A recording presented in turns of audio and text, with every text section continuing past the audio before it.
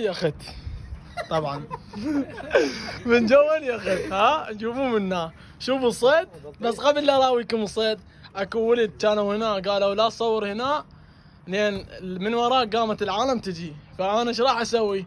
راح اصور لكم المكان كلش وسووا له مشاركات على مود العالم تجي. وهذا الصيد كل هالصيد سووا مشاركات على مود شنو انتم تستفادون. فرغ. يلا فرغ. انا عندي شغلات غريبه ترى. شنو شغلات الغريبه؟ هاي بياح صدته بالبلد وشرط بربيان. هوش ابو سويف من عندك تبدي؟ يلا لم. لا ما لم بعد، خليه خليه من يلا بسم الله. تروح دم هذا يلا ذب. اللهم صل على محمد وال محمد. هذا طبعا كل ما صيد بواحد. يلا ابرز ابو اسماعيل. يلا وينك انت؟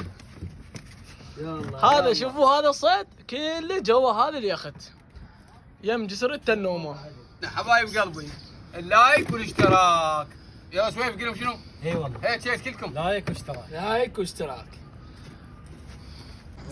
اوه ترى هذا المكان مو مال واحد، اي واحد يجي يذبي. يعني انت تقول لي لا تصور على مود العالم ما تجي تذب؟ شنو المكان مال ابوك؟ من هذا الجسر هذاك اليخت شوفوه